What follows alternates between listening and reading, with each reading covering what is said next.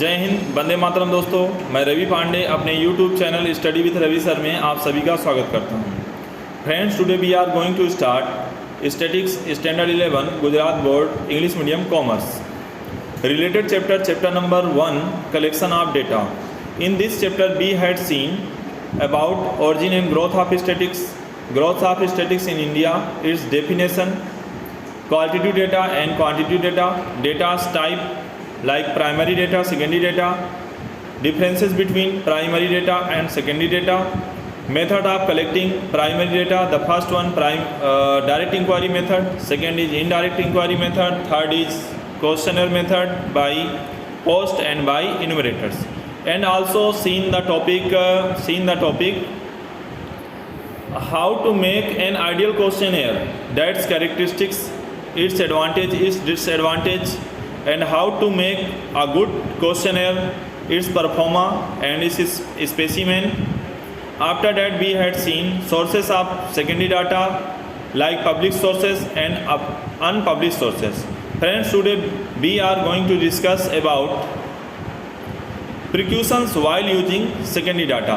Secondary data का use करते समय आपको कौन कौन सी बातों को ध्यान में रखना चाहिए, क्योंकि क्या होता है सेकेंडरी डाटा यहाँ पर क्या होती है कि जो है हम बाई सेल्फ नहीं जाते, हम किसी एजेंसी का कॉन्टेक्ट करते हैं, किसी एजेंसी के माध्यम से या किसी इंस्टीट्यूशन या एन्यूमरेटर्स के माध्यम से या थर्ड पार्टी के माध्यम से हम क्या करते हैं, इन्फॉर्मेशन कलेक्ट करने का काम करते हैं। तो ऐसी इन्फॉर्मेशन जो होती है वह कैसी होती है, इनडायरेक्ट वे में होती है। और ये इनडायरेक्ट सोर्सेज की हमें ज़रूरत क्यों पड़ती है? जब स्टडी इंक्वायरी का एरिया कैसा हो, बहुत ज़्यादा बड़ा हो, और इंक्वायरी करने का जो काम हो, वर्क हो कैसा हो, कॉम्प्लेक्स हो, साथ ही साथ बजट ना हो, टाइम ना हो, तब उस कंडीशन में हमें क्या करना पड़ता है, इनडायरेक्ट सोर्सेज का यूज करना पड़ता है। इनडायरेक्ट सोर्सेज का जो यूज है आज देखा जाए तो लाइकली 70% यूज होता है। सो इनडायरेक्ट सोर्सेज के पब्लिक और अनपब्लिक सोर्सेज तो हमने देख लिए, बट इनडायरेक्ट इंक्वायरी जब के जो इन्फॉर्मेशन हम कलेक्ट करते हैं या डाटा जो हम लेकर आते हैं, उस डाटा का यूज करने से पहले हमें कौन कौन सी बातों को ध्यान में रखना चाहिए उसके बारे में आज हम डिस्कस करने वाले हैं, और साथ ही साथ आज इस चैप्टर का हम क्या करेंगे, कंक्लूजन करेंगे। Okay friends, so let's see the topic precautions while using secondary data. Topic number 1.5.2 precautions while using secondary data. secondary data का यूज करते समय आपको कौन कौन सी बातों को ध्यान में रखना चाहिए? So here is given a careful scrutiny must be done before using secondary data.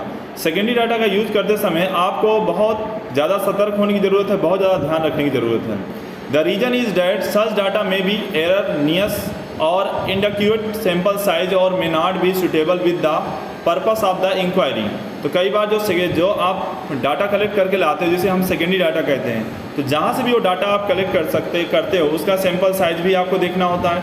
कई बार ऐसा होता है कि वो जो है purpose of the inquiry, purpose of the study से रिलेटेड नहीं होता है, सुटेबल नहीं होता है। सच सेकेंडरी डाटा में not be useful for statistical analysis. कई बार ऐसा होता है कि जो सेकेंडरी डाटा हम कलेक्ट करके लाते हैं that is not be useful for statistical analysis के लिए ज़रूरी नहीं भी होता है।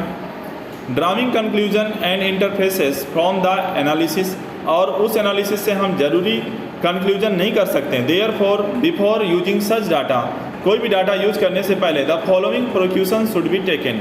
तो सेकेंडरी डाटा का यूज करते समय आपको प्रिकॉशंस आपको यहाँ पर नीचे बताए हुए हैं। Following precautions should be taken, कौन कौन सी बातों को ध्यान में रखना चाहिए? The first is before using the secondary data, secondary data का यूज करने से पहले it should be verified as to who has collected the data and from where the data is collected. Secondary data का use करने से पहले आपको ये देखना चाहिए कि इट शुड बी वेरीफाइड, सबसे पहले वेरीफाइड कर लेना चाहिए who has collected the data, इस डाटा को किसने कलेक्ट किया, from where the data is collected, ये डाटा कहाँ से कलेक्ट की गई। ठीक है। The data obtain from the records of private organisation may be less reliable. यदि प्राइवेट ऑर्गेनाइजेशन से आपने डाटा क्या किया है, कलेक्ट किया है, तो that means it may be less reliable as private organisation collect data according to their own ideology and prejudice. क्योंकि प्राइवेट ऑर्गेनाइजेशन जो होगी वह अपनी ओन आइडियोलॉजी और अपने प्रेजुडाइस से क्या करती है, डाटा तैयार करती है। So once again the first is before using the secondary data का यूज़ करने से पहले इट शुड बी वेरीफाइड, आपको सबसे पहले वेरीफाइड कर लेना चाहिए। Who has collected the data, इस डाटा को किसने कलेक्ट किया, and from where the data is collected, और कहाँ से इस डाटा को क्या किया गया, कलेक्ट किया गया। The data obtain from the records of private organisation, क्या ये डाटा प्राइवेट ऑर्गेनाइजेशन से हमने रिकॉर्ड किया है या डाटा गेट किया है। It may be less reliable, वह कैसी होगी, कम विश्वास पात्र होगी। As private organisation collect the data according to their own ideology and prejudice, वह अपने अवन आइडियोलॉजी, अपने विचारों से या अपने तरीके से मतलब क्या करते हैं, इंफॉर्मेशन वो क्या करते हैं, बना करके रखते हैं। After that the second is the purpose of collecting data must be relevant to the purpose of the study, जो डाटा हमने कलेक्ट किया है तो हमारे स्टडी पर्पस से यानी इंक्वायरी पर्पस से क्या होना चाहिए, रिलेटेड या रिलेवेंट होना चाहिए। Otherwise the data will be no use, नहीं तो इस डाटा का हम क्या हमारे लिए कोई यूज होने वाला नहीं है। So once again second number, the purpose of collecting data must be relevant to the purpose of the study, otherwise the data will be of no use. इसलिए जो डाटा हमने कलेक्ट किया है वह हमारी स्टडी पर्पज से related होना चाहिए, नहीं तो उसका कोई यूज नहीं हो सकता। The collected data must not be too old, जो डाटा हमने कलेक्ट की है वह ज़्यादा पुरानी नहीं होनी चाहिए। Because of it should be relevant with the current time, यह किससे रिलेटेड होना चाहिए, करेंट रिसेंट टाइम से रिलेटेड होना चाहिए। For example price of grain, जैसे कि अनाजों के भाव बढ़ते हैं, गोल्ड पेट्रोल का प्राइस बढ़ता है, तो ये मतलब क्या ज़्यादा ओल्ड डाटा के साथ हम कंपेरिजन नहीं कर सकते और ऐसी डाटा हमारे लिए ज़्यादा यूजफुल नहीं होगी। So once again the data collected the collected data must not be too old, it should be relevant with the current period time. For example price of grains, price of gold and price of petrol etc. Before using the secondary data का use करने से पहले the matters regarding scope of data, सबसे पहले बात क्या आती है कि जो डाटा हमने कलेक्ट किया इसका स्कोप क्या है, इसका यूज कहाँ होने वाला है, ये डाटा कहाँ से लाई गई है। Reason for which the data are collected and definition of the terms in use in the data should be ascended, ये डाटा कौन से एरिया से ली गई है, रीजन क्या था इसका, और साथ ही साथ इसकी डेफिनेशन, कौन कौन सी टर्म्स और कौन सी मेथड से इस डाटा को कलेक्ट किया गया, डायरेक्ट इंक्वायरी से, इनडायरेक्ट इंक्वायरी से या क्वेश्चनर मेथड से, किस तरह की मेथड से क्या किया गया, डाटा को कलेक्ट किया गया, इसका भी आपको ध्यान में रखना चाहिए। Okay, topic number 4 once again, before using the secondary data the matters regarding scope of data, reason for which the data are collected and definition of the terms used in the data should be ascended. Direct use of the estimated data should be avoided, estimated data का use कभी भी नहीं करना चाहिए क्योंकि ऐसी data आपको क्या कर सकती है, गलत दिशा में ले जा सकती है, गलत रिजल्ट आपको दे सकती है। The estimated given in the data में बी रॉन्गली कैलकुलेटेड, ऐसी डाटा आपके लिए क्या कर सकती है, गलत कैलकुलेशन दे सकती है। So direct use of estimated data should be avoided, तो डाटा यूज़ करने का डायरेक्ट यूज यानी एस्टिमेटेड डाटा का हमें उपयोग नहीं करना चाहिए। The estimates given in the data में बी रॉन्गली कैलकुलेटेड, इससे जो डाटा से मतलब जो रिजल्ट्स आएंगे वो रॉन्गली कैलकुलेशन करेंगे। The method of collection of data should B non so that investigator become failure with its advantage, the method of collection of data should B non, यानी किस मेथड से data को collect किया गया उसके बारे में भी जानकारी होनी चाहिए। So that the investigator become failure with its advantage and disadvantage, और साथ ही साथ जिस भी मेथड से हमने डाटा कलेक्ट किया है उसके एडवांटेज और डिसएडवांटेज भी हमें ध्यान में रखने चाहिए। To get proper benefits of secondary data के जो है प्रॉपर बेनिफिट्स आपको देख लेनी चाहिए। It should be used with the above precautions, तभी आपको क्या करना चाहिए, डाटा मतलब सेकेंडरी डाटा का यूज करना चाहिए।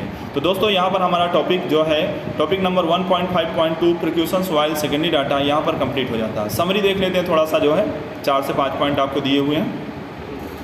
Data is a set of observation express in quantity और क्वालिटेटिव फॉर्मेट, डाटा क्या होती है, ऑब्जर्वेशन का एक सेट होता है जो कि क्वांटिटी और क्वालिटेटिव फॉर्मेट में होता है। Data can be obtain through primary sources और सेकेंडरी सोर्सेस, डाटा दो तरह से आप गेट कर सकते हो, प्राइमरी सोर्सेस से और सेकेंडरी सोर्सेस से। When the data is collected by the investigator himself, it is called primary data. जब कोई इन्वेस्टिगेटर या इन्यूमरेटर्स या एजेंसी बाई सेल्फ क्या करती है, इन्वेस्टिगेशन करके इन्फॉर्मेशन लाती है, तो that means it is called primary data. When the data has been collected by the others and used by investigator, then it is known as secondary data.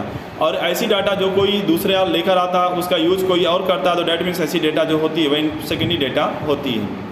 The most important method of collecting primary data is questionnaire method, primary data collect करने की जो सबसे अच्छी method है वो कौन सी है, questionnaire method है। A questionnaire refers to a tool use to get answers of questions from the respondent.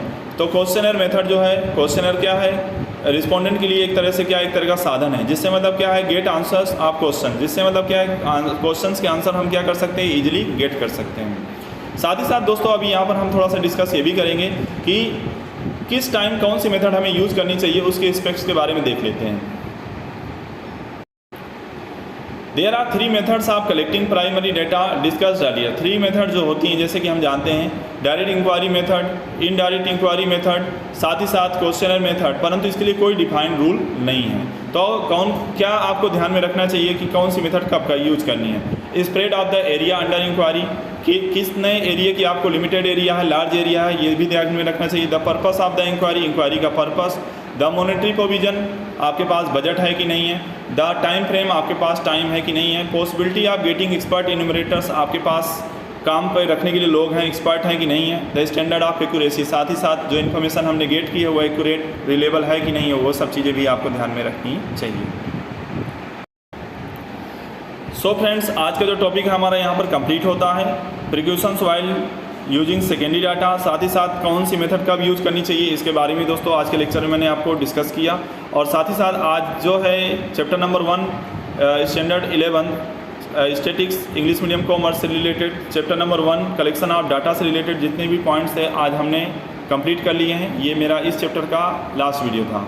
तो दोस्तों आज का सेशन यहाँ पर हमारा समाप्त होता है, फिनिश होता है। नेक्स्ट चैप्टर की वीडियो नेक्स्ट डे से आपको मिलेंगे।